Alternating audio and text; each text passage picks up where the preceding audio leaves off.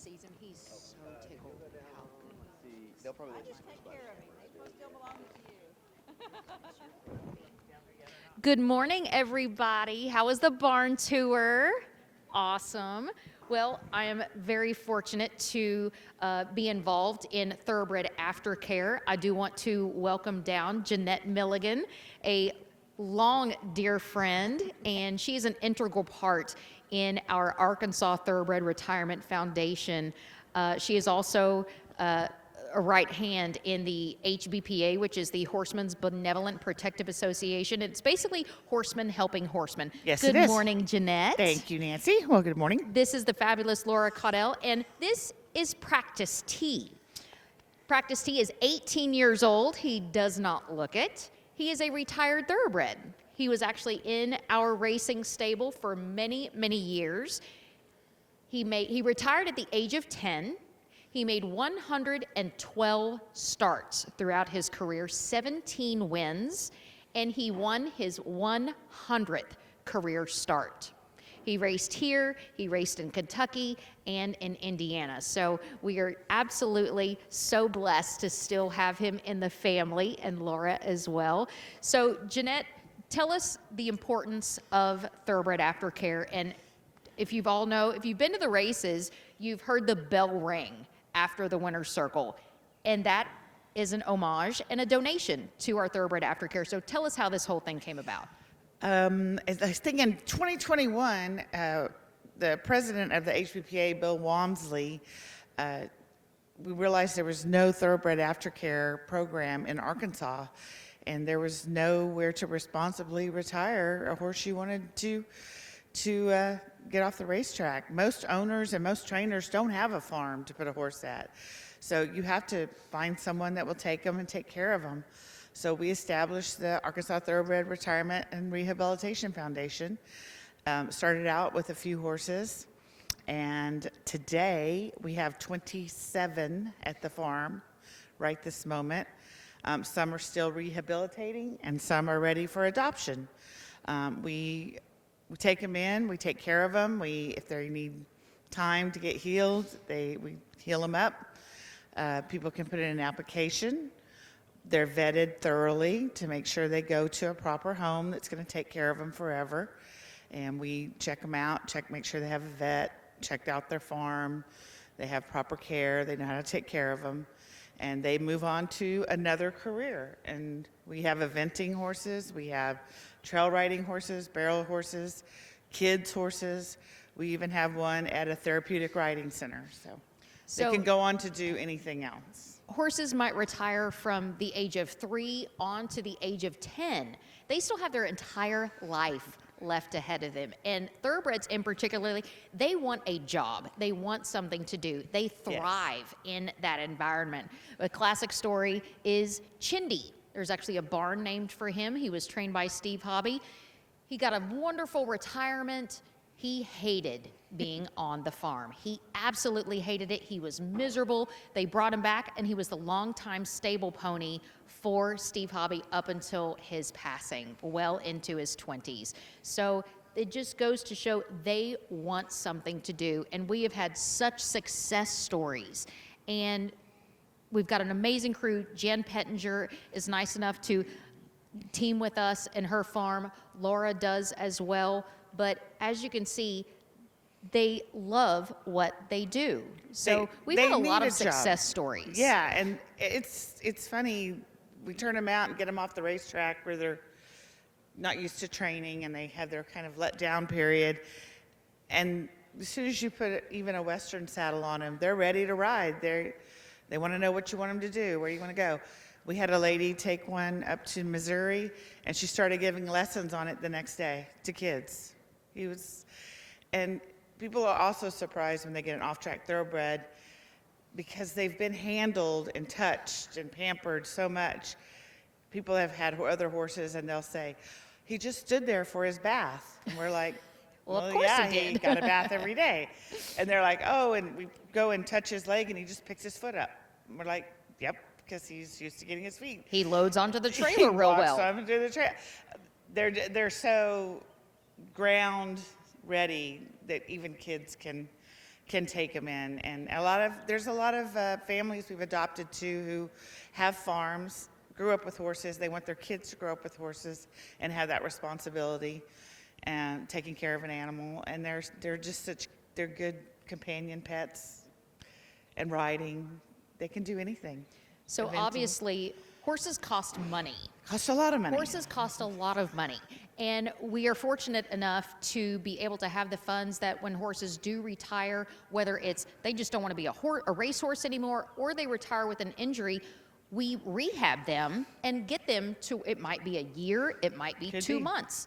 But one of the things that we are so thankful for is the support from our horsemen, our Yes. local community. So when you hear the bell ring, tell us what that designates. Well, Not an angel gets his wings. No, trainer Ron Mocat came up with this idea, and it was actually, it's unbelievable how it's taken off, and we couldn't do it without it. The horses eat a lot. It costs a lot to feed them every month, and we have 27, so that's quite a lot. The best place to catch a person at Oaklawn is in the winner's circle, because if you've won a race here, that's a big accomplishment. And you might feel the same way gambling. If you've cashed a ticket, you're excited. You've won something. I'd rather make a withdrawal than a donation. Yes. Exactly. So we have, we're so fortunate to have Rosemary Court, who's right there, and she is our ring the bell lady. She comes down to the winner's circle. She asks the winning connections if they'd like to ring the bell and make a donation. And we've had some very sizable, Our generous minimum is donations. $100, and I think our biggest bell ringer this year has been $5,000 after winning a race. So they can ring the bell, get their picture taken. It's a very simple process. Rosemary fills out the paperwork, they sign it, and it comes straight out of their horseman's bookkeeper account. So there's no money exchange, no writing a check, it's just a simple. They just won a great big purse. They got their picture. Their horse won. They're happy. So everyone's happy to donate, and that's our big fundraiser. And it's funny. Almost everybody does. It's a thing now. You almost hear it every race, and we couldn't do it without it. We couldn't take care of these horses without the support of the Ring the Bell program. And the Arkansas HBPA is our other big donator that helps us take care of the horses. So you just went on the barn tour. Did you see the Equicizer? It's like the real life merry-go-round. Well, that's another way that we give back to the horsemen because it costs to have a horse in that Equicizer. All of those funds go right back into Thoroughbred Aftercare. So it literally is horsemen helping horses. Yes, horsemen helping horses. Another thing that we've come up with, and I am very blessed and fortunate to be on the board of the Thoroughbred Retirement Foundation. We have come up with these cute little plushies. I know, PT, we're going to give you one. So these we purchased, and they have the cute little bandana that has our logo and the organization's name. $20, and all of the proceeds go right back into Thoroughbred Aftercare. So we do have some of these available. We've got squares, we take cash, but it is so critical that we do help these amazing equine athletes, and they all have very different personalities. I like to say that they're, hang on one second, don't get wet. Hopefully the wind doesn't blow the water this way. But I always joke in the morning that I compare horses to bears. There's teddy bears. They want to be loved on. You can kiss them right on the nose. And then there's grizzly bears. You might want to back off a little bit. But the amazing thing is when they get off the racetrack, they still want that routine. They still want something to do. So they become these big old teddy bears. These absolutely amazing teddy bears. But let me see these kids. Y'all want to come down and feed practice tea? Come on down. Don't be shy. One of the best kisses I've ever had is kissing a horse right on the lips. And it's true. And I would say that to my husband. And the money is also, I talked about feed and hay, which is expensive, but we provide all their vet care and their farrier and taking care of their feet. So there's other things involved. Here we go. Come right up, put your hand flat. He's still chewing on his right now. He's very spoiled. You can tell he doesn't want for anything. Hang on, he's still chewing. It's hard with that thing. So these are called knicker makers, and it is a horse cookie, basically. Horses will eat everything from apples, peppermints, donuts. I've seen horses take a Coke bottle, swig it up. Just hold your hand flat like that. Are you still chewing? Yeah? Oh, he's coming to me. Sorry. There he goes. There we go. So there's amazing different types of thoroughbred aftercare, what they become. We've had horses become jumpers. We've had horses become, as Jeanette said, therapeutic. Thank you. But we've also had some amazing, very heartfelt stories. The gentleman that was struck. Yeah, we have he's actually a veteran, a war veteran, and his family all had horses. He wanted one of his own, and he came down and picked one out, and it became his best friend. And he wrote us this letter. We call and check up on all our horses a lot. And he wrote us a letter and said that they were doing a ride with his family one night, and they were struck by a drunk driver. And the car almost hit him, but the boat hit him. The guy was pulling the boat, hit the horse and hit him, pulled him out of the saddle. The guy broke his leg severely, tore his leg. The horse was knocked down but got up. And he said, as I laid in the street, basically screaming in agony, most horses would just run, flee, free. He came back and stood over him and waited for the ambulance to come. And then when he got out of the hospital, he went down to the barn to check on him, and he said he was fine. He just had one scratch on the back of him.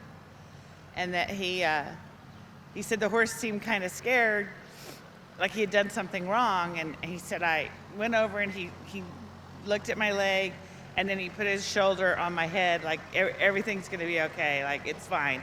And he said, he is my best friend, and I couldn't make it without him, and I hope we have another 20 years together. And he thanked us profusely for his horse. So it was a really heartwarming story. I mean, they literally do become your family. Yes. They absolutely become your family. And I love the fact that people still reach back out to us all the time. to tell us those success stories, to let us know, hey, we've had such a wonderful experience. We want to come back and get another one. Yeah, we had a husband came and got one. I've never heard of this.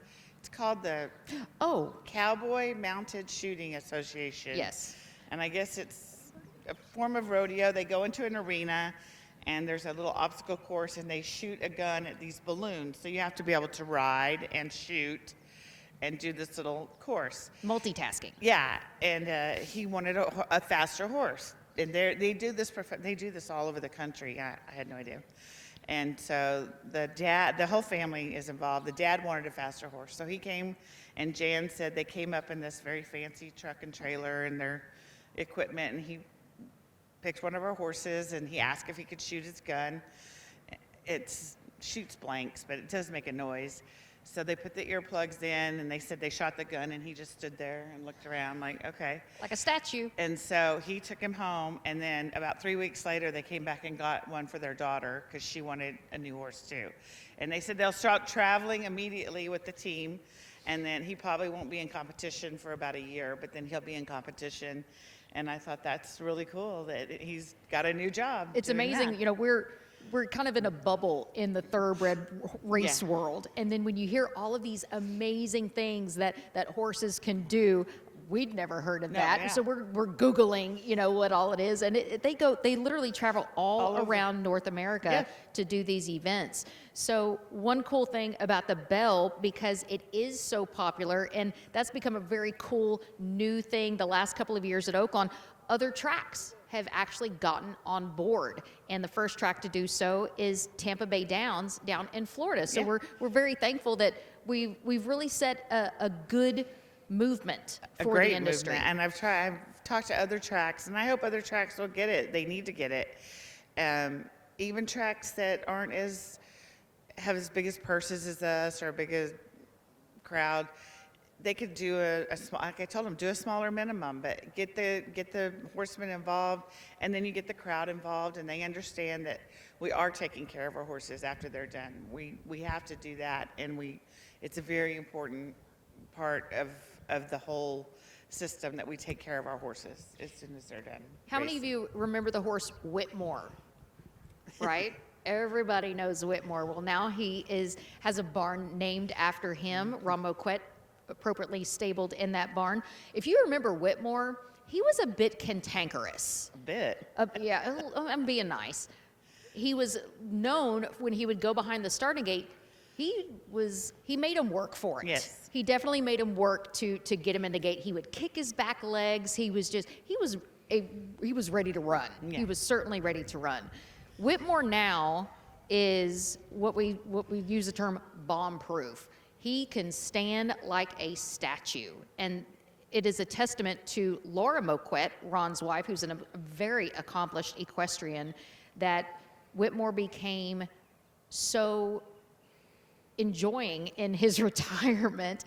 He was able to compete in these off-track thoroughbred events, which are all around the country, but there's one primary one in Kentucky in the fall. Yes. And it is a myriad of events. There's a lot of different things. There's jumping, there's just a showing, there's an obstacle course you have to go through, there's various things, yeah. So the fact that, there is that type of event for retired racehorses, it really does put a beautiful spotlight on the industry and in the aftercare program. So there was a pony yesterday that I saw. I went out and loved on him, and he said, yeah, he raced last Friday.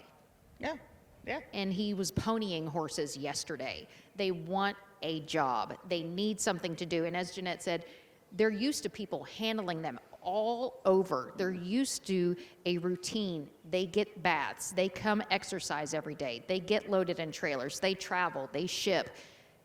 And that's what makes them so special and so adaptable to all these different elements, whether it's they become a pasture pet or whether they become a champion fox hunter or Right. whatever the case may be. They're absolutely phenomenal equine athletes. One of our retirees, Boss Moon, he was the, 2-foot green champion for the Arkansas Hunter-General Association this past year. So he was the champion for the new horses. So he's doing fabulous. I mean, it's just so cool. I mean, 18 years old, he still has a lot of life left in him. A lot of life left in him. We retired him sound, thankfully, at the age of 10. And he actually got retrained and was an outrider pony, which means he would lead the post parade. If there was a loose horse, it was his job and his rider's job to collect that loose horse safely and assist other riders. And he gets summers off.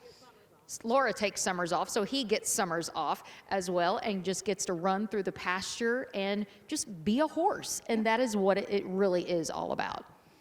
Yeah, that's another thing about taking them. When we take them from the track, as soon as Jan picks them up and takes them to the farm, they kind of have that letdown period where they're used to being in this routine of exercising and getting ready to race, and they kind of go out there, it's super quiet, and they learn how to and she got a horse. We have a horse just recently retired that had been racing for about 4 years straight, no break. And he didn't even know quite what to do, and he just stood out there like, what am I supposed to do? He's out picking his here? nose. What do I He's do? like, what do I Yeah, do? they Right. want something to do. Yeah, he wasn't sure what to do. He's just trying to learn to be a horse again, just out in the pasture. But she said him and another horse, they found a stick and they were playing tug of war the other day. So I think he's getting it. They had a little. She couldn't get her camera out fast enough to get a video. It's of really it. funny because the first time I got to go out to the farm and visit, I'm used to seeing horses in a shed row, one horse per stall, and you go out here and here's 5-6 horses all together, and it's almost like You said it was horse Disneyland. it actually is horse Disneyland out there because they have toys, there's a pond, they swim in, and they get to just Yeah. be themselves. Yeah. They get to just go back to that natural environment and get to do what they do best. And we are we wouldn't be here or have a job or food on our table or be able to pay bills if Without it the wasn't horse. for them. Yeah. And we are eternally grateful. And as I said earlier, horse racing is very generational. I'm third generation. Jeanette is Probably fourth. fourth. We do it because we love it. We don't do it because we make a lot of No, money out of it. not at all. We do it because we love it, and we have such respect and admiration for these amazing equine athletes. You went to the farm to try to get some video, and I said, well, this will be fun, because she was trying to get them. But once you stand out in the pasture, guess they all just... They all swarm you because they all want love. They all just want They all to, want you gotta kisses. push them away, and they want to know what you're doing, and what's this, and what's the camera, and yeah, you can't. No. They want to He's be right in relaxed. your business. I think he's ready to fall asleep here on Yeah. me, Laura. So, Yeah. So he's a wild one. yeah, he's very wild, you can tell. So again, we Any do have questions? these for $20 if you would like to make that donation. Does anybody have any questions about racing, thoroughbreds, aftercare? They've done everything. Go ahead, Rosemary. Any other questions? Do you have a question, Rosemary? So I do want to thank you all for coming out. We do have these over here. Jennifer, where's Jennifer? Oh, you're Jennifer too. Yeah, there's a couple Jennifers. We do have these, and again, it's very cool. So now you know when they ring the bell. It's not because they just got their picture taken. It is because We're getting a donation. we are getting a donation. it's And that is a exciting. beautiful sound when you It hear is. that bell. Yes, and it's well needed with all the horses that we have, and hopefully we're working. We have a lot of applications in right now. We're vetting out some adoptees.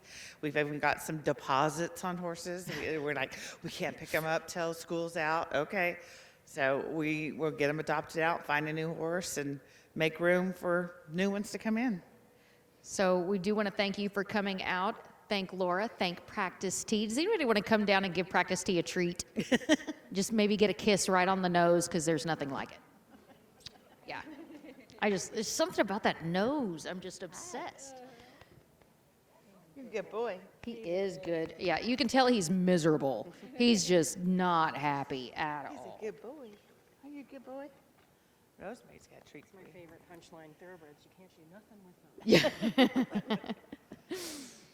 So, a lot of people think that they are athletes and they have special diets. So it's pretty cool to think that, exercise saddles are much smaller. Jockey saddles are even smaller. They might weigh maybe 2 pounds, if that. It's basically stirrups attached to a string.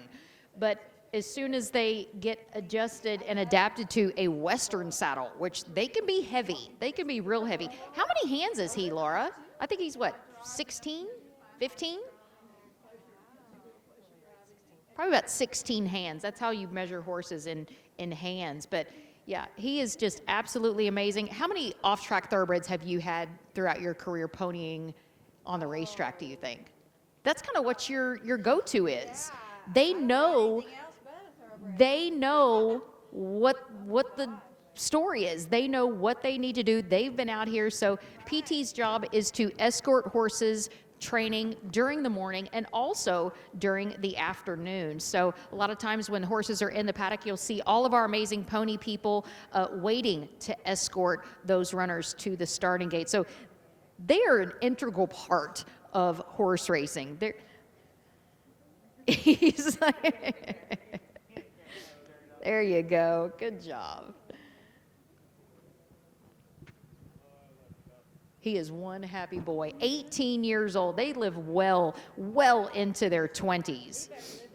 He better live till he's 30. He better. He's pretty cool, isn't he?